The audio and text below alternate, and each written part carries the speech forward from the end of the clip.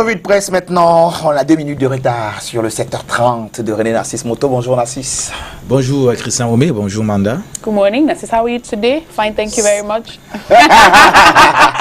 You did it all. Voilà. Do unto others what you want them to do unto you, it's a golden rule. En fait, ça c'est une monnaie rendue pour ceux qui ont l'habitude de regarder. Donc voilà, revue de presse bilingue sur Good Morning Cameroun, comme le Cameroun, bien naturellement, dont 2 parties. La première consacrée à la presse anglophone et la deuxième consacrée aux parutions francophones. And this morning we kickstart with the Guardian Post newspaper, the Daily, and on the front page of the newspaper this Tuesday morning, Ecumenical Service for Disease SDF barons, regime bigwigs outnumber key SDF officials. The paper adds Gregoire Owona Isachiruma. Isachiruma, it feels good to read his name after a while. Huh?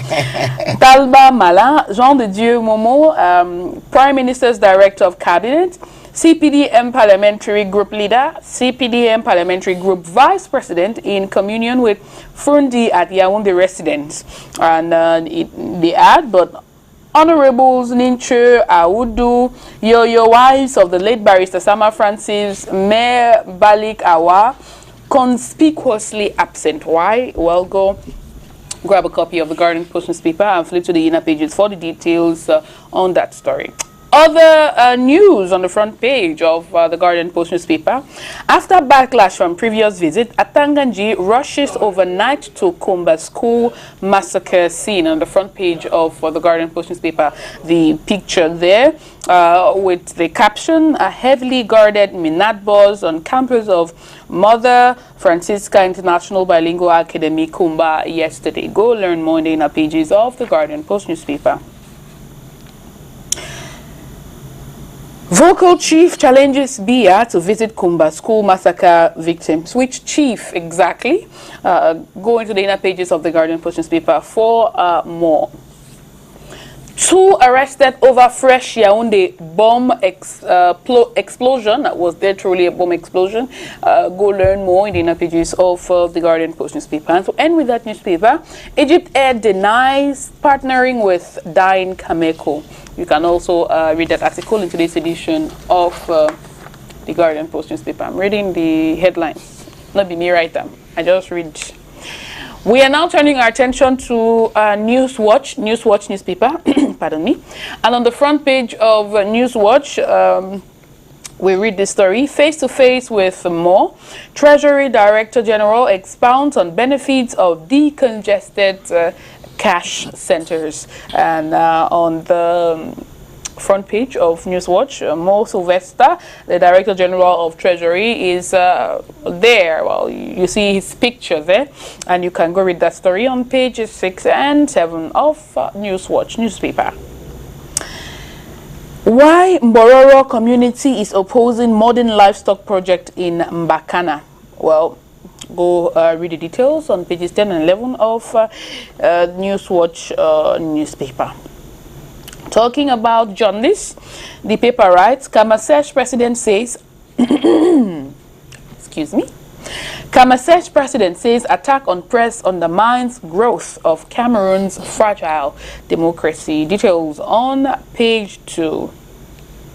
Agro-industrialist Peter Ngufo begs Bia to stop armed conflict in Northwest-Southwest. Details on page 5. And to end with Newswatch.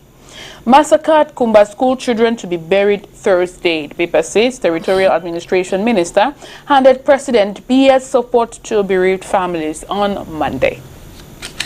To end this first part of the press review in Good Morning Cameroon, we will now look at Cameroon Tribune. On the front page of Cameroon Tribune, we read this story in the English language. Kumba students massacre, President Biya condoles, supports burial. The paper says Territorial Administration Minister Paul Atanganji was in Kumba yesterday, November 2, 2020, with messages of condolence, compassion, and financial assistance from the President of the Republic to the bereaved families. He equally visited the crime scene and lit 7 candles in honor of the brutally murdered Form 1 students. On the front page of the paper there, the picture of Minister Atanganji and other officials, amongst them the governor of the Southwest region and also family members of the students that were unfortunately killed. Go to page 2, down to page 4 for more on that story. Two-shift system, we're talking education.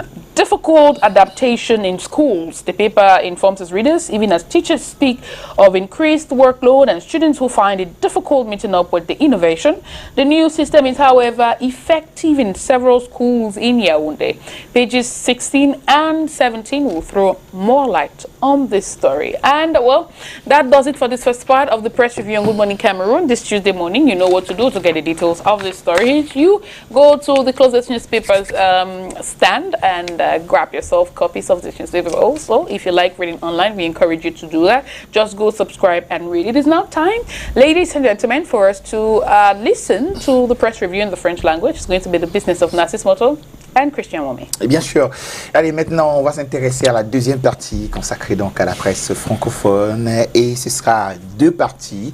La première, ce sera bien sûr les faits majeurs traités par l'actualité, ce que Narcisse Moto a appelé la revue transversale des journaux. Donc, il traitera des faits majoritairement exploités par la presse aujourd'hui. Et après, ce sera les autres faits d'actualité traités par la presse, donc en marge de celles qui ont été traités bien avant. Donc 3 parties ou alors 3 thèmes majeurs ou 3 faits majeurs si vous voulez. Le premier c'est donc l'insécurité avec en prime donc le cauchemar que continuent de vivre donc les populations des régions du nord-ouest et du sud-ouest. Le deuxième fait majeur lui nous amènera dans le conflit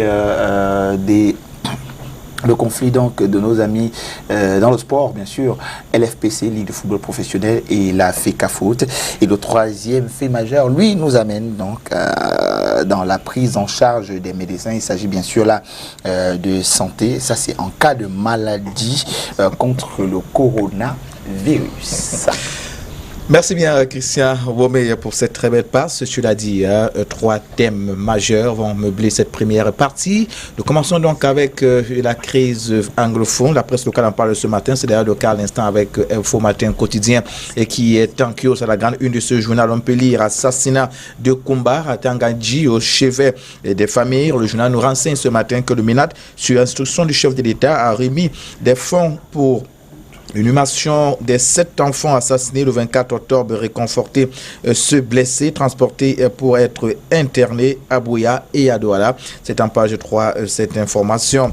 Il y a également le quotidien Le Messager de Jean-François Chanon qui en parle également ce matin. On revient sur ce massacre de Kumbar. Le journal nous dit que le MR accable le régime. De quoi s'agit-il exactement? Rendez-vous en kiosque pour en savoir davantage. Le quotidien Emergence également ne s'empêche pas de parler d'insécurité ce matin. C'est d'ailleurs l'info qui à la grande une de ce journal. On pourrait bien faire un rapprochement entre l'explosion survenue du côté de Yaoundé, capitale politique du Cameroun. À la grande une de ce journal, on peut lire nouvelle explosion d'une bombe artisanale, de nombreux blessés sur le carreau. Et puis un petit encadré toujours avec quotidien Emergence. On parle donc de cet état d'urgence dans le nord-ouest et le sud-ouest du Cameroun. Atangandji dit non. En précision, c'est en page 3. On ne perd rien à faire un tour en kiosque ce matin. Notre journal qui nous invite en kiosque ce matin et qui ne s'est pas empêché de parler du cauchemar dont ont été victimes au cauchemar subi donc par les populations de Kumbar. C'est le tri hebdomadaire le soir. Drame de Kumbar, on peut d'ailleurs lire cela à la grande une de ce journal ce matin. La compassion du couple présidentiel. Le journal renseigne que sur haute instruction du chef de l'État et dans l'optique d'apporter aux familles des enfants victimes de ces atrocités le réconfort du couple présidentiel. Le ministre de l'administration territoriale s'est rendu ce lundi dans le département de la Mémé, région du sud-ouest du Cameroun, précisément à la Moda Francisca International School, où 7 élèves ont été brutalement assassinés le 24 octobre 2020 par des individus armés. Le journal les invite donc en kiosque ce matin pour ample précision. Et puisqu'on parle de cette crise anglophone. On en parle de nouveau, cette fois avec la nouvelle expression de Séverin Tchonke qui fait lire à sa grande une ce matin, Paul Tasson face à la réalité. Comment le journal nous rappelle que le patron de la reconstruction des régions du sud-ouest et du nord-ouest a été contraint d'inhumer sa belle-mère à Chang en raison de l'insécurité qui sévit dans son Lébialem natal. C'est en page 3. Et cette information, nous restons toujours avec la nouvelle expression qui cette fois nous amène du côté du nord-ouest du Cameroun. Là-bas, le journal indique que l'école reprend à Bafout l'appui du FON, des élites et du maire à faciliter cette reprise dans cette localité épicentre du mouvement séparatiste. Le journal nous en dit davantage à la page 4. On ne perdons rien à faire un tour en kiosque. On embraye directement sur le second fait majeur qui lui porte sur cette crise. Tout d'abord, sur cette crise entre la Fédération camerounaise, la Fédération camerounaise de football et la Ligue de football professionnel. Cameroun Tribune, en petite fenêtre, parle d'un nouveau clash. Le journal nous renseigne que la Ligue de football professionnel a lancé le championnat dimanche dernier sans l'aval de la Fédération et en faisant recours à des arbitres étrangers. Une situation de défiance à l'origine d'une convention des responsables de la LFPC. Ce jour, à la Fédération camerounaise de football, indique donc Cameroun Tribune ce matin. Il y a également le journal Mutation qui en parle, un autre quotidien qui s'appesantit sur la Ligue 1, saison de la confusion et des incertitudes, indique donc ce journal à la page 15 ce matin. Il y a matière à lecture donc chez nos amis du quotidien Mutation disponible en kiosque ce jour. La nouvelle expression également en parle ce matin. FECA faute, LFPC, la guerre est frontale. La Ligue professionnelle du football du Cameroun a annoncé la première journée du championnat de première division avec les arbitres de la Guinée équatoriale. C'est en page 11. Et puis le journal qui voudrait bien qu'on s'intéresse donc davantage à cette actualité, c'est en page 11. Et on sort avec le troisième fait majeur au thème. Cette fois, il s'agit de la santé, tout en restant avec la nouvelle expression qui parle de ces médecins camerounais désormais assurés. Le journal indique qu'ils viennent enfin de signer un partenariat de prise en charge en cas de maladie. L'événement s'est déroulé à Douala, capitale économique. La nouvelle expression, nous invitons en kiosque ce matin pour en savoir davantage. Et puis il y a également Cameroun Tribune qui voudrait d'abord qu'on parle de relâchement des mesures contre le Covid-19. Ce n'est pas le moment, indique le journal à sa grande une ce matin, en poursuivant qu'alors que l'Europe et l'Amérique enregistrent une deuxième vague de contamination, le gouvernement, par la signature du ministre de la Communication René Emmanuel Sadi, est monté au créneau hier pour tirer la sonnette d'alarme. Les populations sont invitées à continuer à respecter scrupuleusement le port du masque, le lavage des mains et la distanciation physique dans l'espace public. C'est en page 5 et cette information. On ne perdons rien à faire un tour en kiosque. Nous restons toujours avec Cameroun Tribune de ce matin qui parle également de la gestion des fonds Covid-19, l'exigence de transparence. Le journal souligne à ce propos que le ministre des marchés publics vient de prendre des mesures pour garantir l'identification des attributions des prestations financières pour ces enveloppes. Il est question ici de s'assurer de la compétence et de la fiabilité de ces soumissionnaires. C'est en page 10 et 11. Rendez-vous en kiosque pour en savoir davantage ce matin. Et puis on sort avec Éco Santé qui parle d'assurance santé. Les médecins et leurs familles couverts à moindre coût. Le journal précise à ce propos que l'association Medcamer et Atlantique Assurance ont signé un partenariat permettant aux médecins de bénéficier d'une prime d'assurance de 69 000 francs CFA par an et d'une prise en charge allant jusqu'à 3 millions de francs CFA. Ce partenariat, faudrait-il le rappeler ici, avec Éco Santé, octroie aux médecins une facilité d'accès aux soins médicaux de qualité, au bilan paraclinique de laboratoire et d'imagerie et aux médicaments pour eux et leurs familles à moindre coût. Plus de précision, c'est en page 5, 6 et 7. Rendez-vous donc en kiosque pour en savoir davantage ce matin, Christian Momet. Voilà qui met dans un terme à cette première partie consacrée à la revue transversale du journal. On était dans le nord-ouest et le sud-ouest pour s'intéresser aux situations de ces familles et bien sûr les journées cauchemardesques et nuits cauchemardesques que ces populations continuent de vivre suite aux attaques qui continuent de sévir dans ces zones-là. On s'est intéressé également à la Ligue de football professionnel du Cameroun face à la FECAFOOT. Le conflit se poursuit et bien sûr la santé aussi nous a intéressés en troisième sujet majeur. Maintenant on rentre dans la deuxième partie, celle consacrée aux autres faits d'actualité en marge de ce que nous avons proposé en première partie.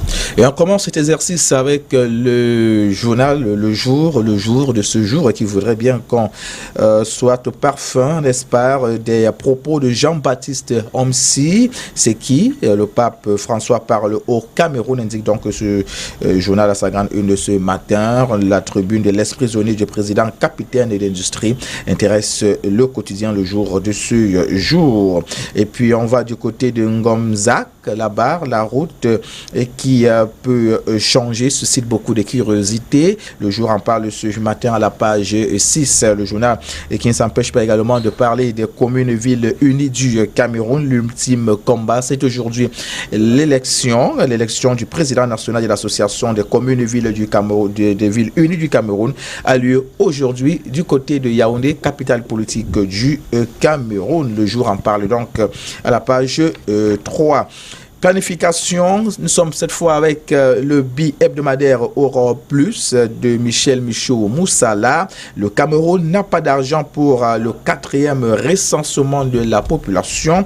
Les opérations de dénombrement principales dans le cadre du 4e recensement général de la population et l'habitat du Cameroun annoncé depuis 3 ans sont au point mort faute de ressources financières, indique que ce journal. Et le même journal de poursuivre en soulignant que le gouvernement envisage désormais de greffer ce dénombrement à une opération similaire visant l'agriculture et l'élevage. Voilà qui va donc intéresser bon nombre d'acteurs camerounais. Le messager de Jean-François Chanon parle de l'affaire Mebengor. C'est l'info qui va à la grande une de ce journal ce matin.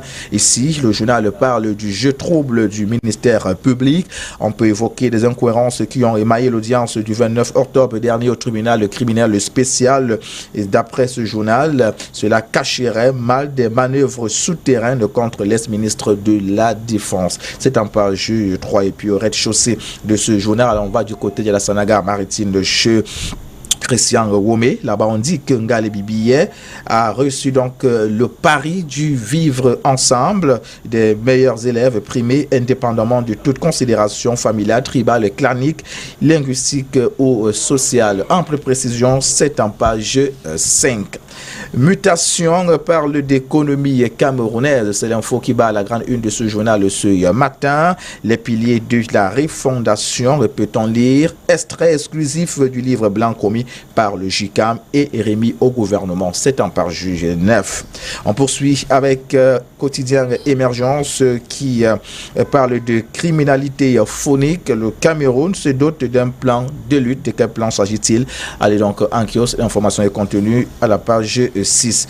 La nouvelle expression nous amène du côté de l'Allemagne. Le journal indique que Paul Biya, président de la République du Cameroun, militarise l'ambassade. Victor Ndoki, un commissaire divisionnaire, a été nommé à la tête de la représentation diplomatique du Cameroun. C'est en page 2. Et puis du côté de Deya, le père Lardo dénonce, indique que ce journal à la page 5, il s'agit du prêtre jésuite qui, d'après le journal Nouvelle Expression, avait été interpellé lors d'une marche sacrificielle et a écrit pour dénoncer la confiscation Christian Womé de la moto du jeune homme qui le ravitaillait. C'est en page 5, on l'a dit. Rendez-vous donc en kiosque pour en savoir davantage. Et c'est tout pour cette revue de presse.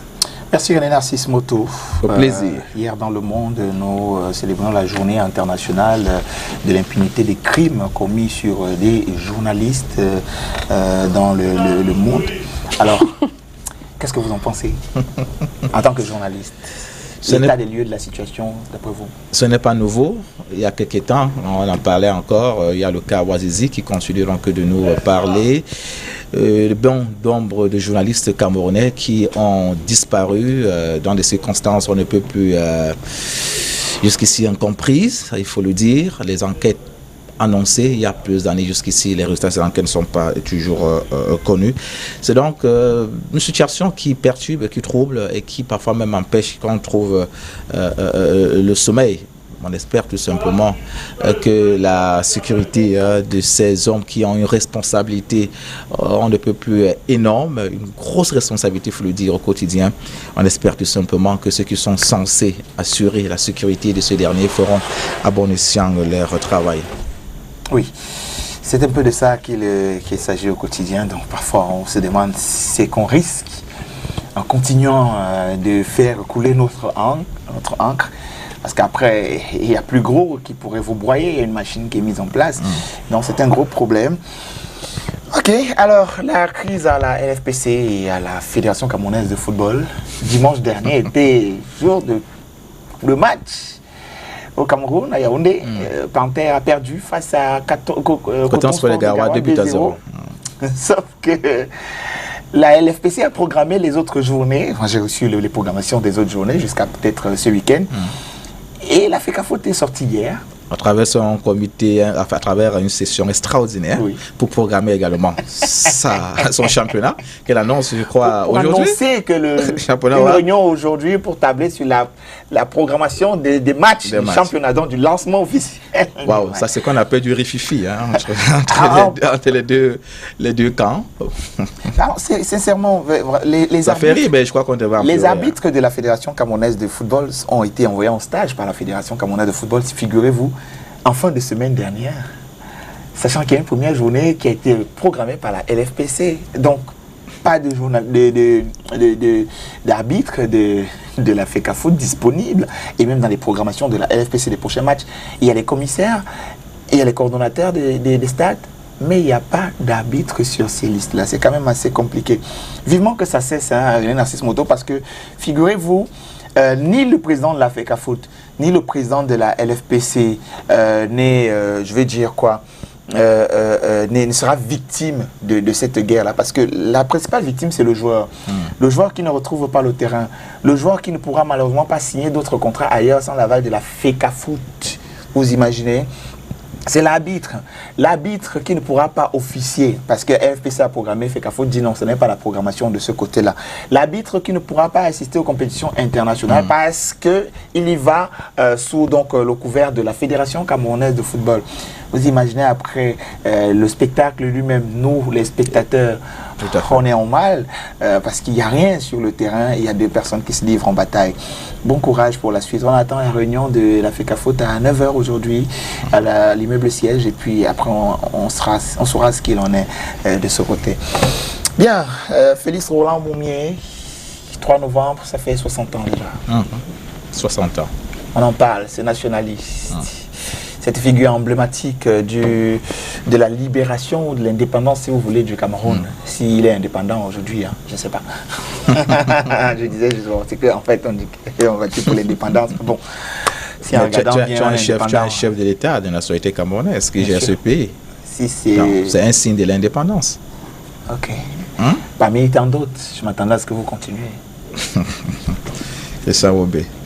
Il ne faut pas aller chercher les pouces sur la tête d'un chauve. Du tout. On se rappelle juste de ce grand homme. Ah oui. De Docteur, comme on l'appelait, très affectueusement. Et puis voilà. Et Manda, malheureusement, on ne peut qu'en parler. Allez, bonne journée Narcisse. Merci, pareillement. Manda. Bonne journée à toi, merci, au revoir. Et là, ici, tu cherches le problème. Merci beaucoup quand même. Je t'en prie. All right, see you tomorrow. Inch'Allah.